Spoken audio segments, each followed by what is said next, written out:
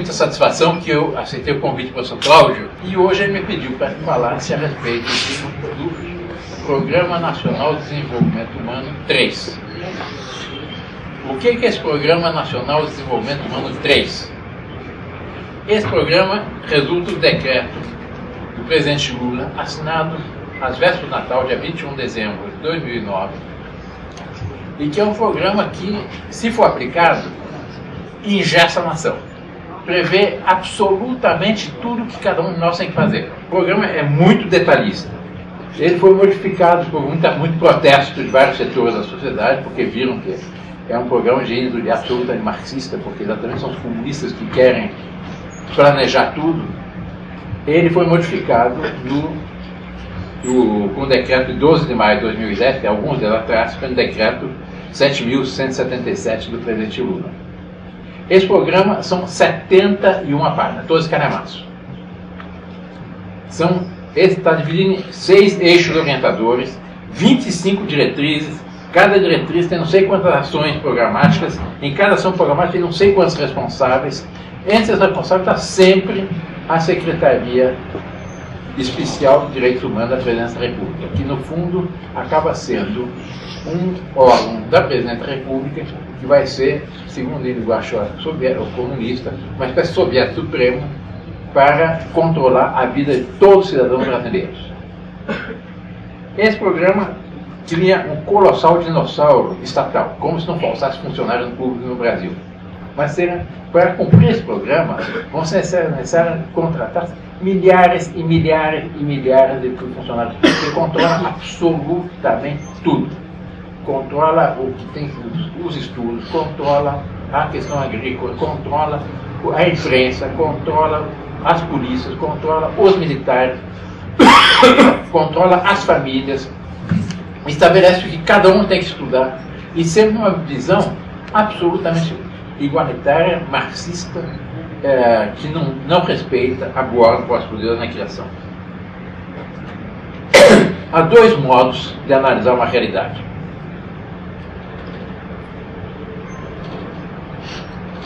Uma é procurando analisar essa realidade como Deus a fez. Isto é, ver quais são os princípios postos pelo Criador na criação. Quais são... Quando estuda física, quem estuda física não está inventando regras físicas. Ele procura descobrir quais são as regras que Deus pôs na física, no mundo físico.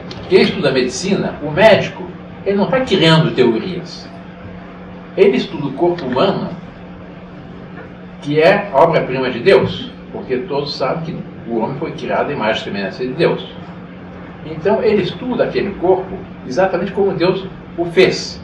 Ele não está inventando como é que o sangue deve circular das veias para as artérias para as veias, deve circular do pulmão para o coração, do coração para o pulmão, do fígado para o estômago, etc. Não.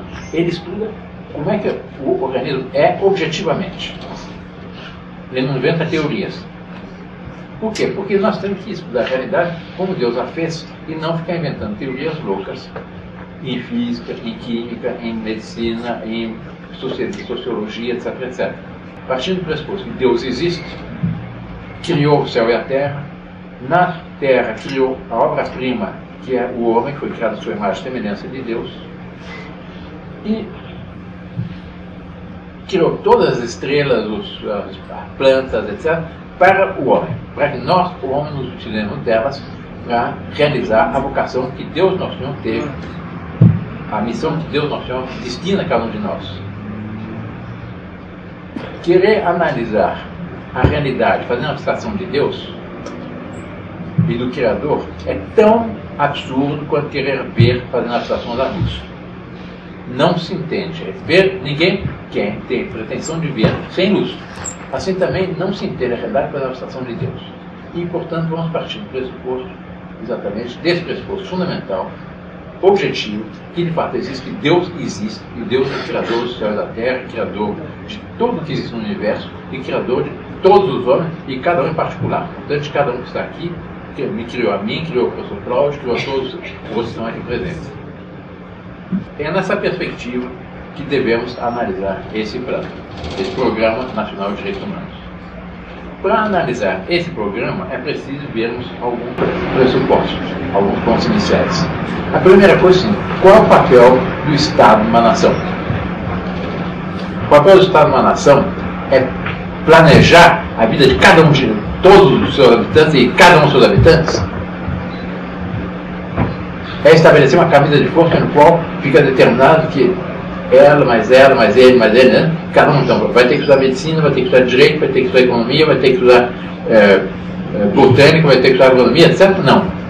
Absolutamente não. O papel do governo numa nação, o papel do Estado numa nação é organizar a vida virtuosa em comum. Estabelecer as grandes linhas de tal forma que, com o máximo de liberdade, cada um possa realizar aquele potencial que Deus pôs no seu ser quando criou. Eu vou dar um exemplo em botânica.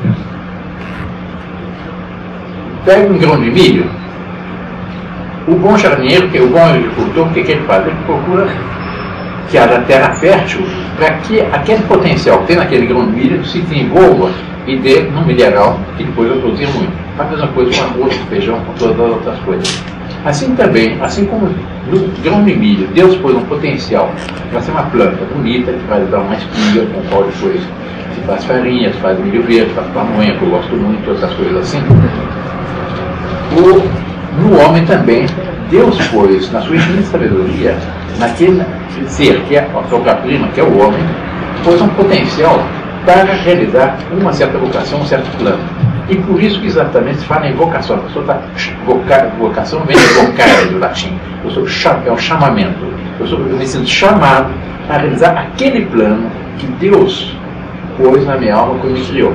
E que eu sinto que eu sou chamado para isso. E assim também todos aqui presentes. Cada um tem um chamado, tem uma vocação, então um gosta mais de fotografia. Tem lá uma tenda de fotografia na primeira fila. O outro gosta mais de desenho. O outro gosta mais de economia. O outro quer ser um militar, quer ser um general. O outro quer ser um artista. O outro quer ser isso, aquilo. Mas aquilo, ele tem aquela semente, ele sente aquele chamado para isso. Ele sente gosto naquilo. Se ele disser para a pessoa fazer uma coisa que é o contrário do que ele gosta, ele vai ser um fracassado na vida. Então, qual é o papel do Estado? É organizar a vida virtuosa comum e criar as condições materiais ótimas para que todos, cada um, possam realizar na plenitude aquela semente de perfeição que ele tem no seu ser, na sua alma, no seu ser. Não sei se esse primeiro pressuposto está claro. Bom. Santo Agostinho, que é um grande santo, tem um livro muito bonito chamado A Cidade de Deus. Nessa Cidade de Deus, ele analisa o que é a Cidade de Deus e o que é a Cidade do Demônio. O que é a Cidade de Deus, segundo Santo Agostinho? É a cidade em que todos os seus habitantes são convencidos que eles foram criados para conhecer, amar e servir a Deus nosso Senhor. E com isso alcançar a vida eterna. E que cada um tem uma vocação única e específica. E que, realizando essa vocação, dão glória a Deus. E a beleza da sociedade não está na igualdade. A beleza da sociedade está exatamente nessas diferenças acidentais que entre os homens, resultantes das características que cada um tem. E não queira para a sociedade que todos sejam absolutamente iguais. Imagine se todos os homens tivessem vocação para ser engenheiro. E os médicos? Quem é que ia curar as enfermidades? Quem é que seria o economista? Quem é que seria o agrônomo que cuidaria das plantações? Quem seria o marceneiro que faria os móveis? A beleza na sociedade não está na igualdade. A beleza na sociedade está na igualdade, respeitar os direitos essenciais que resultam da natureza humana, da essência da natureza humana, que nesse sentido é igual em todos. Todos nós somos animais racionais, com corpo e alma e com destino eterno a realizar. Mas no mais, nos acidentes nós somos diferentes. E a beleza da sociedade não está na ideia que tem que ser todos absolutamente iguais. Não. Tem que ser que cada um seja aquilo que ele é chamado a realizar. Que ele realiza aquele plano que Deus fez. Se a igualdade fosse um padrão de perfeição, qual seria a música mais bonita? Eu pergunto. A sirene da ambulância. Uma nota só. Pergunta não é bonita. O que é uma música bonita? O que é uma sinfonia?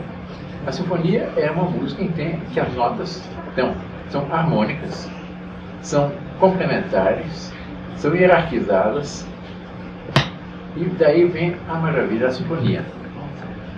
E são diferentes, harmônicos, complementares, hierarquizadas. Assim também a sociedade. Deve haver essas diferenças, essa magnífica complementaridade. Daí dá a beleza uma sociedade sadia, uma sociedade virtuosa. Ora, o homem moderno, quem abstrai de Deus, tem a pretensão de fazer uma sociedade igualitária. Vocês viram ouvindo falando? Não, o ideal é a igualdade de todos os homens. Não é. O ideal é que cada um seja ele mesmo. E se cada um for inteiramente aquilo que Deus quis que ele fosse, naquele ponto, ele será superior a todos os outros homens. Então, um artista, um músico, se ele realizar inteiramente toda a sua vocação, chegar perto, for verdadeiramente virtuoso, naquele ponto, como músico, ele será superior a todos os outros. Um marceneiro, se for um marceneiro de mesma qualidade, se ele encostar a sua profissão, ele será diferente e superior a todos os outros. Assim, um advogado, um médico, etc. E por isso que entre nós, católicos, não há razão para que um tenha inveja do outro. Pelo contrário, a beleza da sociedade está exatamente quando, nessa complementaridade magnífica da sociedade, a gente tem o gosto de admirar aquilo que o outro tem que eu não tenho, porque aquilo me completa. E essa magnífica complementaridade é que faz da sociedade a imagem e semelhança de Deus. Então, Santo Agostinho diz exatamente assim: quanto mais virtuosa for uma sociedade, mais perfeita ela será. E Santo Agostinho sugere o seguinte pensamento: imagine uma cidade, uma região, uma nação, em que todos cumprem os 10 mandamentos da lei de Deus. Só isso, 10 mandamentos da lei de Deus. Que problemas haveria? Haveria assassinos? Não, porque é um mandamento de não matar. Haveria falta de respeito aos pais e autoridades? Não, porque é um mandamento de honrar pai e mãe. Haveria inveja? Não, porque é um mandamento que diz não cobiçar as coisas alheias. Haveria a roubo da mulher do próximo? Não, porque é um mandamento que diz não cobiçar a mulher do próximo. Haveria imoralidade, a pornografia horrorosa de hoje em dia? Não, porque é um mandamento que diz não pecar contra a castidade. Mas são apenas 10 regrinhas. Respeitando esses 10 mandamentos, a sociedade tem uma perfeição, uma harmonia, uma quantidade de progresso absolutamente fabulosa. Lembre-se sempre desse princípio: quanto mais a sociedade for virtuosa, mais respeitar a lei de Deus, mais progresso, mais perfeição, mais esplendor ela terá e mais harmonia social haverá. O que é, segundo Santo Agostinho, a cidade do demônio, que ele escreve nesse livro também? Não é a cidade que os homens reconhecem como criados por Deus e que vivem em função da realização desse plano de Deus, mas é a sociedade em que o homem diz: não, o centro não é Deus, o centro é o homem, e se é o homem, o centro sou eu, e o que vale são meus egoísmos, meus interesses, minhas ambições, meu gozo da vida.